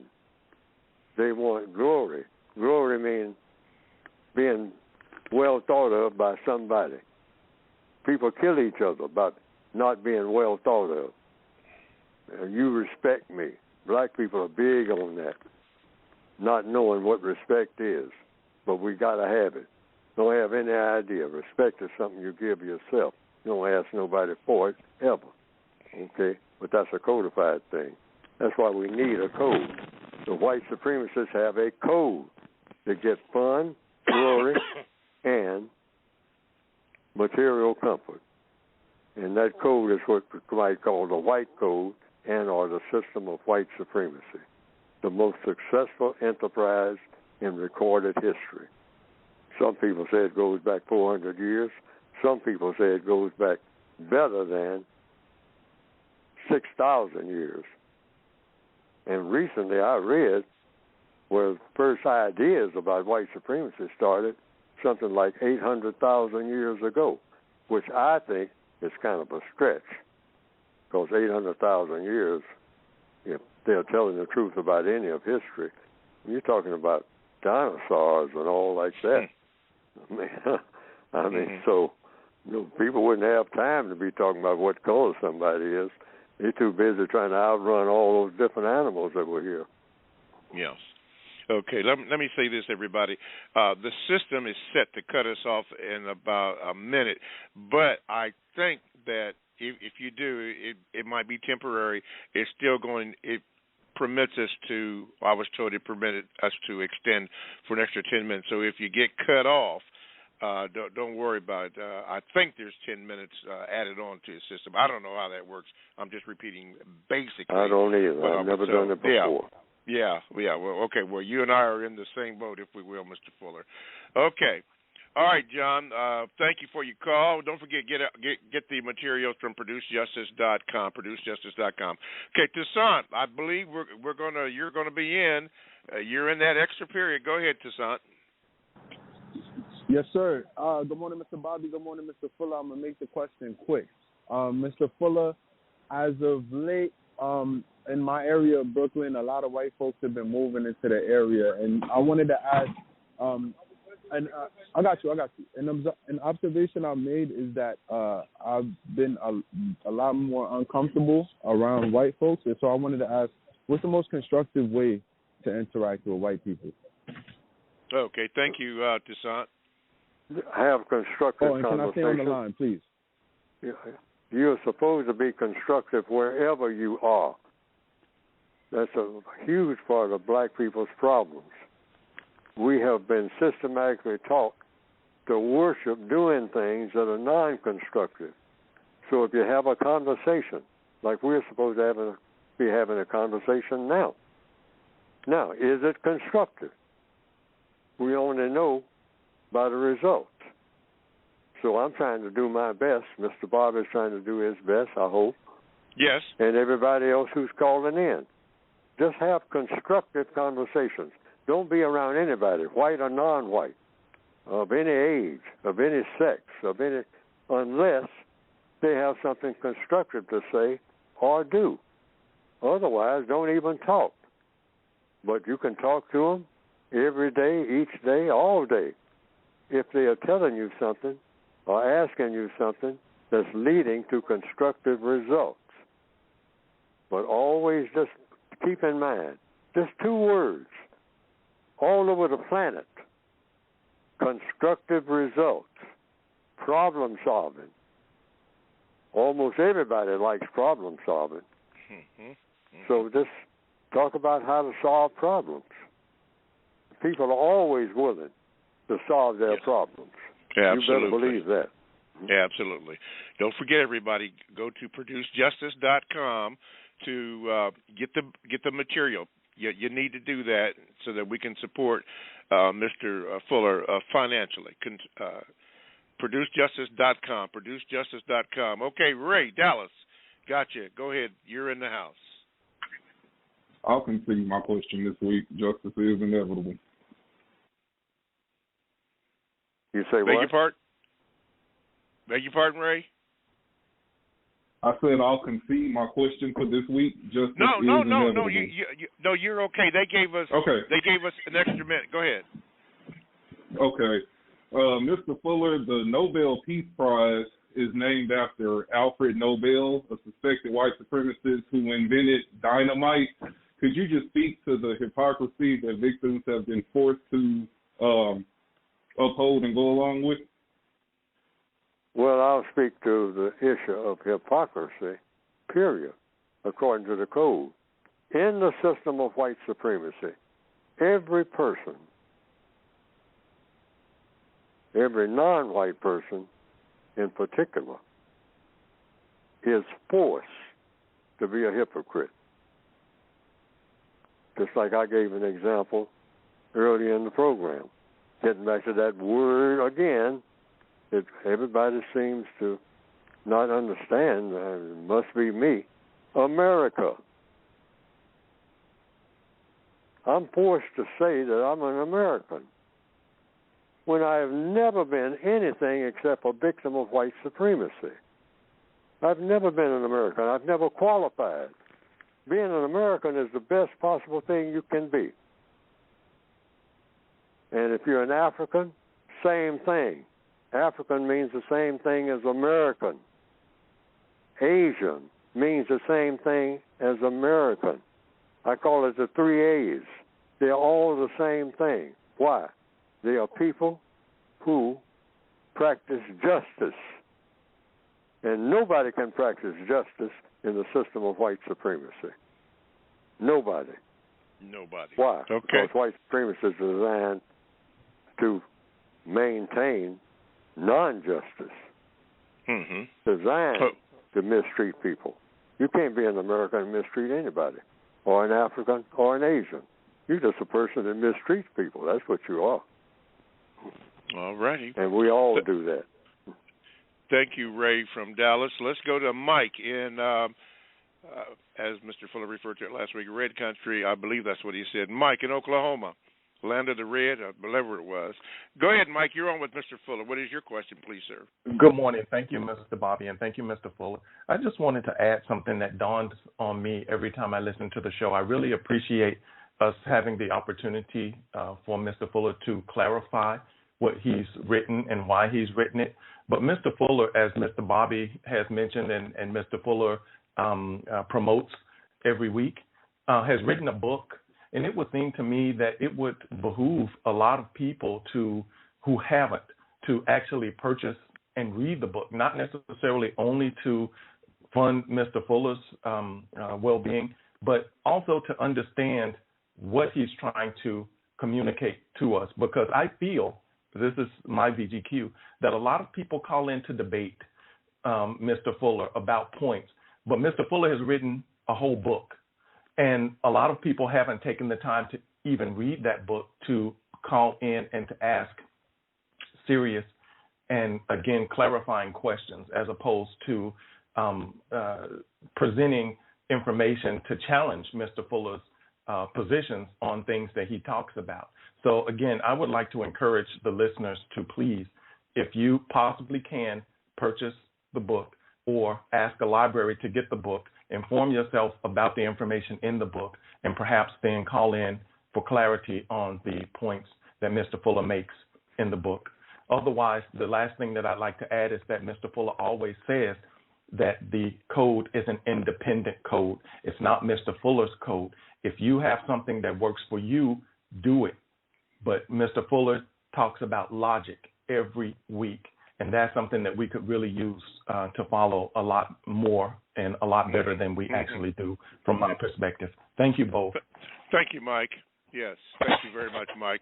Yes, Mr. Fuller talks about that every week. That's cause and effect. That's even mentioned on the Carl Nelson show. I don't personally know Carl Nelson, but I do listen, and I do like it when Mr. Fuller is on. And that's one of the first things he said, cause and effect, logic using cause and effect. Listen, go to producejustice.com. We are getting ready to wrap it up. I'd like to thank the people who were responsible for us to go these 10 minutes over, which has almost expired. Mr. Fuller, thank you. I'm going to give you the last word. Anything you want to say before we have to cut it off? Yes, I'll just add this to what the previous caller said. Go to producejustice.com. All right. And think about the words that you use. And please, that word America, get that straight in your mind about how to use it from this day forward. Because America is something that is yet to produce. A lot of white people say that. We don't seem to get it. It's not something that exists. You got to produce it. ProduceJustice.com. Thank you, Squad, Jacoby 2K2, yes. DJ Homeless Homes. Thank you. And everybody that's attached to the program, thank you. Thank you, Robert. All righty. Everybody have a good week, and we see you next week. All right, bye.